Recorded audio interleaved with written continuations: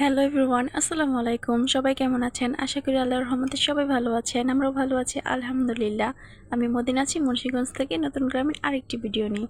আজকে দেখাবো মজাদার ভুড়ি ভুনা বা বট ভুনা, যে যেটাই বলেন না কেন, তাও আবার আমার নানি শাশুড়ির স্টাইলে। তো কিভাবে রান্না করি দেখতে থাকুন, ভিডিওতে লাইক দিয়ে দিন। শুধুই কি মজাদার বট ভুনা না, ইন্ট্রো দেখে হয়তো আপনারা বুঝে গেছেন আজকের ভিডিওতে কি কি থাকছে। গ্রামীণ দৃশ্য, বৃষ্টিতে ভেজা, নদীতে গোসল করা, অনেক কিছু। তো রান্না তো করতে হবে, তার জন্য সবকিছু গুছিয়ে নিতে হবে। আর কিছু আলুতে গাছ জ্বালিয়ে যাচ্ছিল, মানে বুড়া হয়ে গেছে তো আলুগুলোর অনেক বয়স হচ্ছে, গাছ জ্বালিয়ে যাচ্ছিল। তার জন্য ভাবলাম যে কুচি কুচি করে আলুগুলো দিয়ে দিই। আর এটা হবে আমার নানি শাশুড়ির স্টাইলে রান্না করা।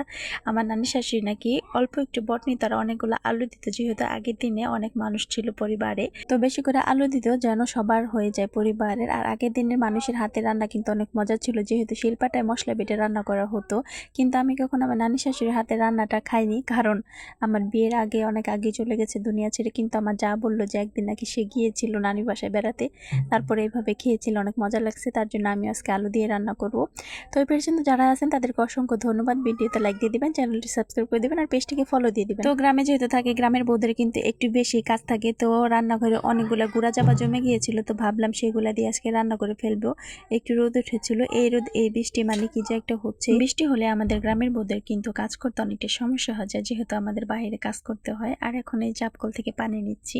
এরকম কারা কারা চাপকল ব্যবহার করেন কমেন্ট করে জানাবেন। আমাদের কিন্তু প্রতিনিয়ত ব্যবহার করা হয়, যেহেতু আমরা গ্রামে থাকি। আর এই ভিডিওটা ছিল কিছুদিন আগের, যেহেতু মায়ের কাছে গিয়েছিলাম, ভিডিওটা এডিট করতে পারিনি, ছাড়তেও পারিনি। তো তখন থেকে শুরু হচ্ছে বৃষ্টি, এখনো কিন্তু কমেনি। গ্রামে এই রোদে এই বৃষ্টি হয়ে যাচ্ছে। যাই হোক, এখানে রান্না করার জন্য মাটির কড়াই বসিয়ে দিয়েছি মাটির চুলায়। তো মাটির কড়াইতে ভাবলাম আজকে রান্নাটা করি, যেহেতু ভিডিও করব। তো তেল দিয়ে দিলাম, তারপর বেশি করে পেঁয়াজ কুচি দিয়েছি।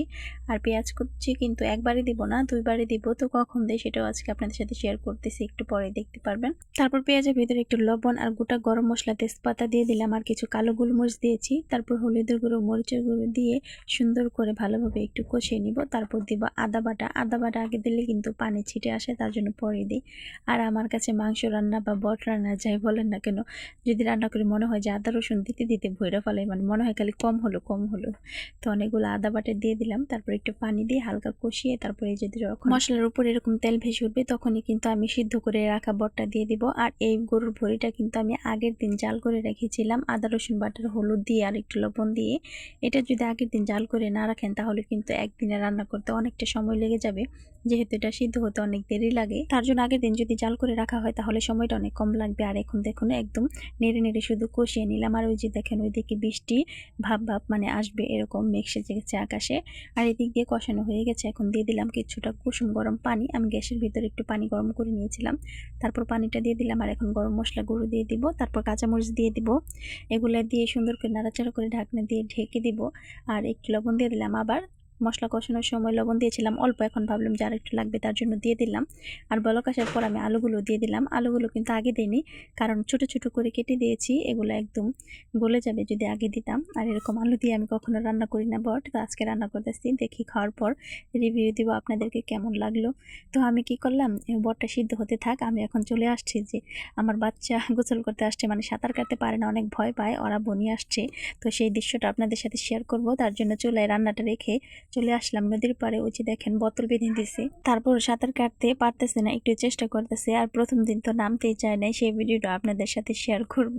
মানে এতটা ভয় পায়, মানে যেতে চায় না। অনেক কান্নাকাটি করার পর তারপর একটু জোর করে নিতে পারছি আর পানিতে নামাইতে পারছি। যেহেতু গ্রামে থাকে, সাঁতারটা তো শেখা অনেকটা জরুরি। আর যেহেতু আমার মায়ের বাসায় যেতে সাঁকো পড়ে, তো সাঁকো পার হতেও একটা ভয় ভয় লাগে যদি সাঁতারটা না জানে। তো অনেক কষ্ট করে ছেলেকে একটু সাঁতার শিখিয়ে নিয়ে আসলো। তো একদিন তো হবে না, আস্তে আস্তে নিতে নিতেই সাঁতারটা শিখে যাবে। তো চুলায় যে রেখে গিয়েছিলাম বটটা, এসে দেখি আজ নিভে গেছে। তারপর আঁচটা জ্বালিয়ে দিলাম, আর লবণ টবণ সবকিছু চেক করে দেখতেছি যে ঠিক আছে কিনা। এখন পানিটা শুকিয়ে আসলে আমি নামিয়ে নিব। আস্তে আস্তে আঁচটা দিয়েছিলাম যাতে করে ভালোভাবে সিদ্ধ হয়। আর জিরা গুঁড়ো দিয়ে দিলাম, জিরা গুঁড়ো না দিলে কিন্তু আমার মাংস ভালোই লাগে না, বা বট বলেন যাই বলেন। তো এদিকে আমার হাঁসগুলোর আবার ক্ষুধা লেগে গেছে, ওদেরকে যে খাবার দিয়ে দিলাম। শুধু আমরা খেলে হবে না, হাঁস মুরগিকে খাওয়াতে হবে।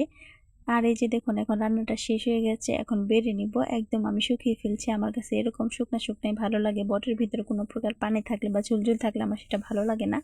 আর তারপরে একদম নেমে গেছে বৃষ্টি।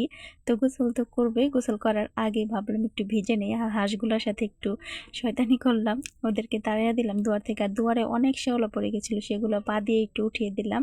তারপর গোসল টোসল সেরে এখন খেতে বসে গিয়েছে, যে আলু দিয়ে বট দিয়ে। তো আলু দিলে বাচ্চাদের জন্য একটু সুবিধা হয়, ওদেরকে খাওয়ানো যায়। আর সাথে ছিল ডাল, তো ডালের রেসিপিটা দিইনি আপনাদেরকে। তো ডাল দিয়ে বট দিয়ে খেতে কিন্তু ভীষণ মজা লাগতেছিল। আজকে এই পর্যন্ত, সবাই ভালো থাকবেন, আল্লাহ হাফিজ।